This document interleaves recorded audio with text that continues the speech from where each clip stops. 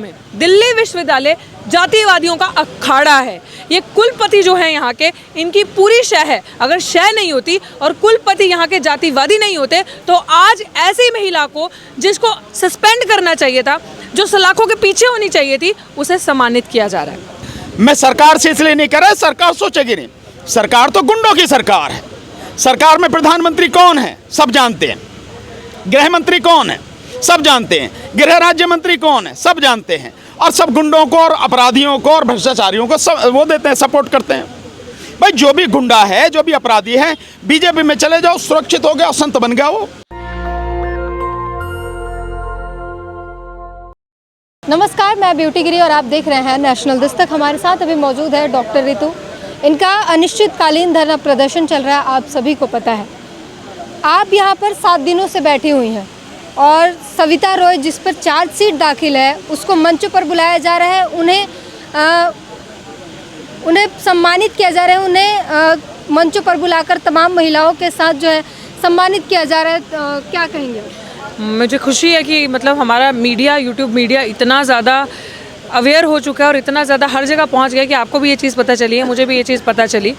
कोई भागते भागते अपना पेट पकड़ के हमें बताने के लिए सुबह आए, डीयू एडमिनिस्ट्रेशन से ही थे कि मैडम वो जो अपराधी के लिए दिन रात आप बोलते हैं, जिन्होंने इतनी बुरी आपकी हालत करी है, आप सड़क पे हैं, अपने न्याय के लिए लड़ रही हैं और उस अपराधी को आज सम्मानित किया जा रहा है। वो महिला जिसके ऊपर अट्रोसिटीज़ एक्ट लगा है, छोटी बात नहीं है, she is booked under atrocities act, कि जो दूसरी महिला की प्रताड़ना करती है, दूसरी महिला को नीचा दिखाती है, दूसरी महिला को गंदी शब्दावली इस्तेमाल करती है उसकी जाति को लेकर, उसके रहने सहने कपड़े को लेकर टिप्पणी करती है गंदी, और उसके खिलाफ फेक डॉक्यूमेंट्स बनाकर, इस्तेमाल करके, फर्जी दस्तावेज बनाकर उसको निकालती है।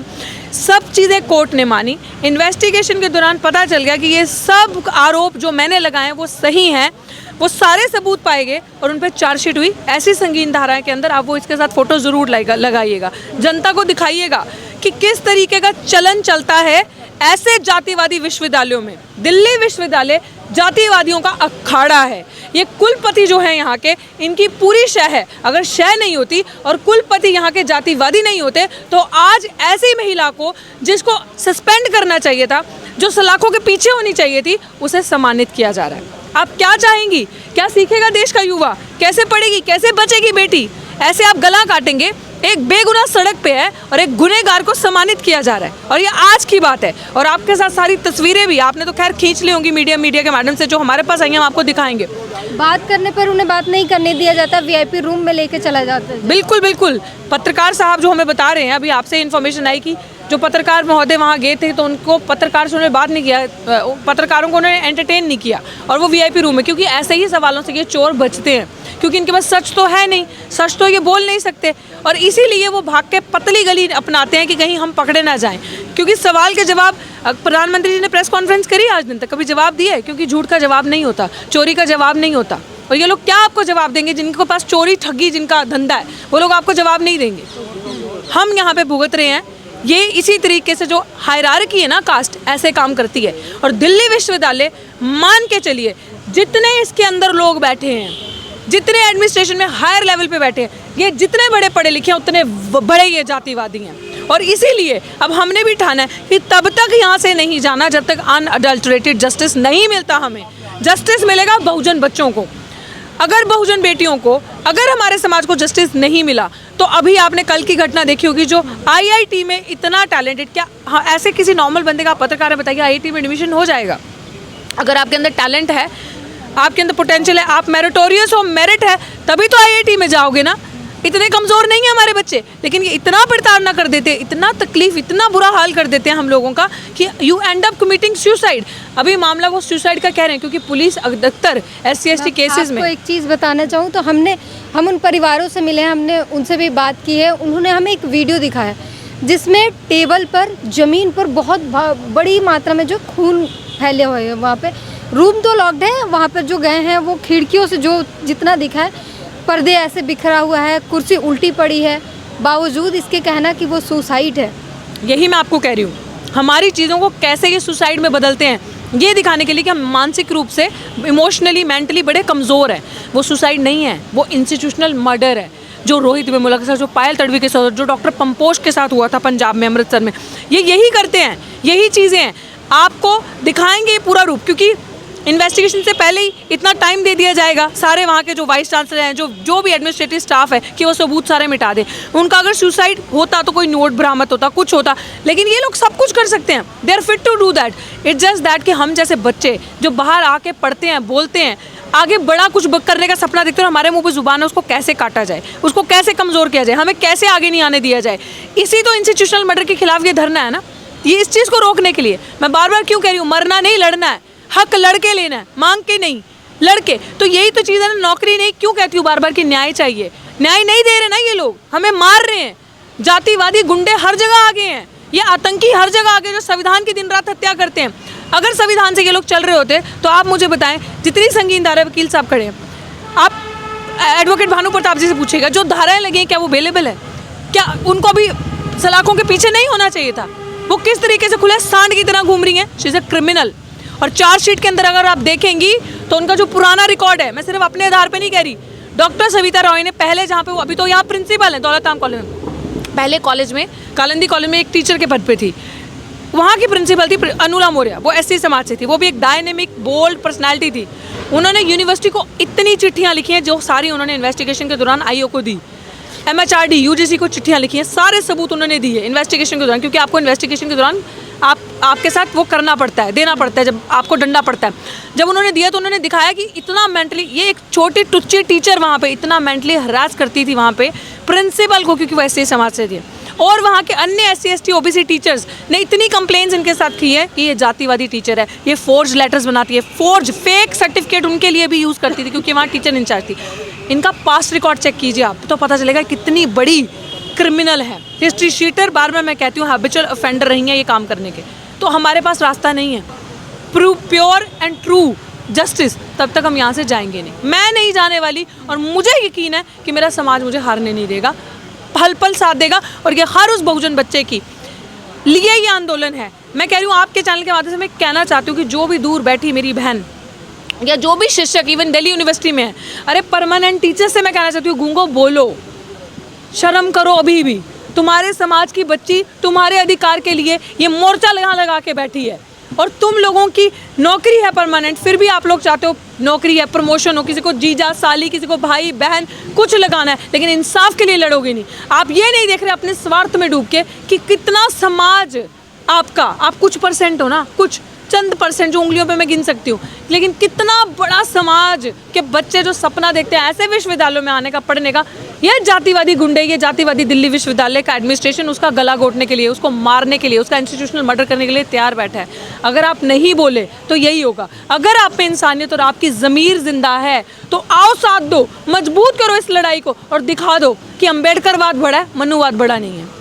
सर क्या कहेंगे, जिस महिला पर चार्जशीट दाखिल है, उन पर प्रदर्शन किए जा रहे हैं, उनकी गिरफ्तारी को लेकर, उनके सस्पेंशन को लेकर, उन्हें बुलाकर सम्मान दिया जा रहा है, अवार्ड दिए जा रहे हैं? इसमें कोई आश्चर्य की बात नहीं है। जिस समय में हम लोग इस समय जी रहे हैं, और जो सरकार देश में केंद्र में सत्ताधीश है इस समय, उस सरकार में तो गुंडों को, बदमाशों को, बलात्कारियों को, अत्याचार करने वालों को, भ्रष्टाचारियों को, उनको पुरस्कृत किया जाता है, उनका सम्मान किया जाता है, उनका हौसला बढ़ाया जाता है। ऐसे गुंडे, ऐसे बदमाश, ऐसे भ्रष्टाचारी लोग पाले जाते हैं, ताकि जो सरकार जो चाहती है माहौल बनाना देश में, ये इस तरह के जो तत्व हैं, ये उनका सरकार का मकसद पूरा कर सकें। तो इसमें कोई आश्चर्य की बात नहीं है कि उसका सम्मान किया गया, ये तो होना ही था। सर जो खबर आई IIT दिल्ली से, और मैं आपसे भी यही सवाल करूंगी कि जिस तरीके से हमने वो तस्वीर देखी, रूम तो लॉक्ड है लेकिन खिड़की से वो तस्वीर ली गई है जिसमें फर्श पर बहुत सारा खून बहा हुआ है, स्टडी टेबल पर खून बहा हुआ है, बावजूद इसके ये कहना कि ये सुसाइड है, ये किस ओर दर्शा रहा है, किस ओर दिखाया जा रहा है? देखिए, ये कह कौन रहा है कि डोर अंदर से लॉक था? ये पुलिस कह रही है। सॉरी, क्या पुलिस ने इस तरह की कोई वीडियो जारी की है? कोई दिखाया है कि हाँ ये रूम अंदर से लॉक था? नहीं, वो वीडियो दिखा नहीं रहे। वीडियो पुलिस के पास थी, दिखाने से मना कर दिया। हम उनसे बात कर रहे हैं, पुलिस को शक हुआ कुछ, उन्होंने उनको बुला के अंदर थाने में बिठा लिया, हमसे भी बात नहीं करने दिया। इसका मतलब ये है रूम अंदर से लॉक नहीं था। ये बात इस बात को सिद्ध करती है। अगर आप बता ही रहे हैं रूम अंदर से लॉक था, तो वो वीडियो दिखाने में आपको क्या दिक्कत है? इसका मतलब साफ है कि कुछ राज है जिसकी पर्दादारी है।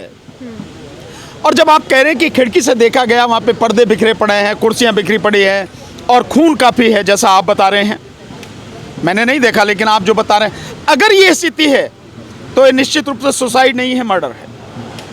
एक बात। दूसरी बात, अब से 2 महीने पहले भी इस आईआईटी में एक और घटना घटी है और वो भी दलित समाज के बच्चा था।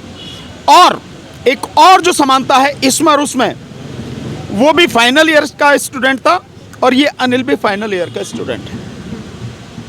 तो ये जो सारी चीजें हो रही हैं, ये एससी के बच्चों के साथ में क्यों हो रही है? ये एसटी के बच्चों के साथ में ही क्यों होती है? चाहे अनिल हो और 2 महीने पहले जो हैं वो हो, चाहे पायल तड़वी हो डॉक्टर, चाहे रोहित वेमुला हो, और चाहे कंबोज जिनका बताया, और उससे पहले उससे ये चंद्रशेखर जो हैं जम्मू एंड कश्मीर से। ये जो सारी चीज़ें हो रही, ये तो वो हैं जो सामने आ जा रही हैं। इसके अलावा ऐसी बहुत सी चीज़ें जो सामने नहीं आ रही हैं। इन सारी चीज़ों का मतलब ये है कि कोई मानसिकता काम कर रही है जो इस समाज के प्रतिभाशाली बच्चे हैं, जैसे जैसे वो आगे बढ़ते हैं उनको रोका जाए। और वो किसी एक बच्चे को रोकना नहीं है, वो पूरे समाज को अपाहिज करने का प्रयास है। ये इसी वजह से ये सारी चीज़ें हो रही हैं। और अगर इतने बड़े इंस्टीट्यूशंस में हो रही हैं, तो होना ये चाहिए कि उसकी बहुत फेयर इन्वेस्टिगेशन होनी चाहिए। जो भी लोग अपराधी हैं उनको सजा होनी चाहिए। पर क्या एक भी मामले में ऐसा कुछ हुआ? फेयर इन्वेस्टिगेशन हुई, अपराधियों को सजा हुई, पकड़े गए? नहीं, होना भी नहीं है। क्योंकि वर्तमान सरकार तो जिस मानसिकता के तहत काम कर रही है, जो उसकी मानसिकता है, उस मानसिकता में तो बहुजन समाज का और विशेषकर दलित समाज का, मुस्लिम समाज का, इनका सफाया करना उनकी पहली प्राथमिकता है। इसीलिए सब कुछ किया जा रहा है। नहीं तो इन्वेस्टिगेशन होती और फिर इन्वेस्टिगेशन होती। हमने परिवार से, उनके बड़े भाई से बात की, हमने पूछा कि उनका व्यक्तित्व कैसा था। वो बताते कि बेहद शांत स्वभाव के थे। कोई झगड़ा, मैंने पूछा कि पहले 2-3 दिन पहले जब बात हुई थी तो बातों में कुछ ऐसा लगा परेशानी है कुछ, उनका कहना है नहीं, सब कुछ नॉर्मल था। उन्हें फ़ोन खरीदना था, पैसे मांगे, हमने भेज दिए, एकदम नॉर्मल था। परिवार का भी यही कहना है, क्योंकि वो पढ़ने में अच्छा था, शांत स्वभाव का था, तो किसी से कोई दुश्मनी नहीं है। वो क्योंकि आगे निकलता हुआ कोई उसको देख नहीं पाया, उसकी ये एक कोई SC/ST का बच्चा आगे निकल रहा है, इस बात से किसी को बर्दाश्त नहीं हुआ और इस बात जानबूझ के ये सारा कुछ किया हुआ है। इसीलिए तो कहा डॉक्टर रितु ने कि ये इंस्टीट्यूशनल मर्डर हैं, ये संस्थागत हत्याएं हैं जो जानबूझकर की जा रही हैं। मैंने इसलिए आपको कहा कि केवल एक व्यक्ति का कत्ल नहीं है, ये उस पूरे समाज को अपाहिज बनाना है, जिसका बच्चा इतनी मेहनत करने के बाद IIT जैसे इंस्टीट्यूशन में एडमिशन ले पाया और अपनी मेहनत से लगातार आगे बढ़ता हुआ फाइनल ईयर तक पहुंच पाया। फाइनल ईयर तक पहुंचा है, उसको वहीं ख़त्म करो ताकि समाज पूरी तरह से अपाहिज हो जाए। ये उसी श्रृंखला की कड़ी है। और जहाँ तक आपने कहा कि शांत स्वभाव का, आप पूरे देश में, मैं पूरे देश की बात कर रहा हूँ, पूरे देश में इस समाज को, ये जो दलित समाज है, ये जो SC/ST का समाज है, ये कहो शोषित पीड़ित समाज है, बहुजन समाज है, OBC का समाज है, इनमें सबको देखो आप, इनमें आपको अधिकतर शांति ही लोग मिलेंगे। ये उत्पात मचाने वाले लोग नहीं हैं, ये बजरंग दल की तरह गुंडागर्दी करने वाला, सड़क पे जो है गुंडागर्दी करने वाले लोग नहीं हैं। ये बहुत ईमानदारी के साथ अपनी परिस्थितियों को देखते हो, क्योंकि इनकी परिस्थितियां बहुत विकट हैं, बहुत विषम हैं। इनके ऊपर परिवार की और समाज की जिम्मेदारी है, तो ये शांत रहकर मेहनत कर कर आगे बढ़ते हैं। उसी का नतीजा है कि बच्चे यहाँ तक पहुँच पाते हैं, लेकिन वो बर्दाश्त नहीं है। मैं तो कहता हूँ ना कि वो कहते हैं कि तेरी कमीज मेरी कमीज से सफ़ेद कैसे। जब कमीज बर्दाश्त नहीं है तो तरक्की करता हुआ व्यक्ति कैसे बर्दाश्त हो। अगर यही बच्चा शांत नहीं होता, थोड़ा सा उद्यमी टाइप होता, ठोकने वाला होता, तो कोई शायद उसके आसपास में नहीं गुजरता। ये स्थिति है। तो ये समाज के लिए मैं समझता हूँ बहुत ही एक सोचने की परिस्थिति है। समाज को सोचना पड़ेगा। अपने बच्चों को हम न केवल पढ़ाकर वहाँ तक भेज रहे हैं, बल्कि वो बच्चे हमारे सुरक्षित कैसे रहें, उस माहौल में कैसे अपनी शिक्षा जो है पूरा करके और अपना भविष्य, समाज का भविष्य सुधारने के लिए कैसे आगे बढ़ें, ये समाज को सोचना पड़ेगा। मैं सरकार से इसलिए नहीं कह रहा, सरकार सोचेगी नहीं। सरकार तो गुंडों की सरकार है।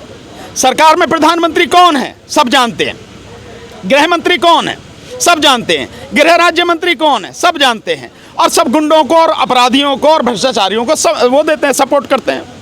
भाई जो भी गुंडा है, जो भी अपराधी है, बीजेपी में चले जाओ, सुरक्षित हो गया, संत बन गया वो।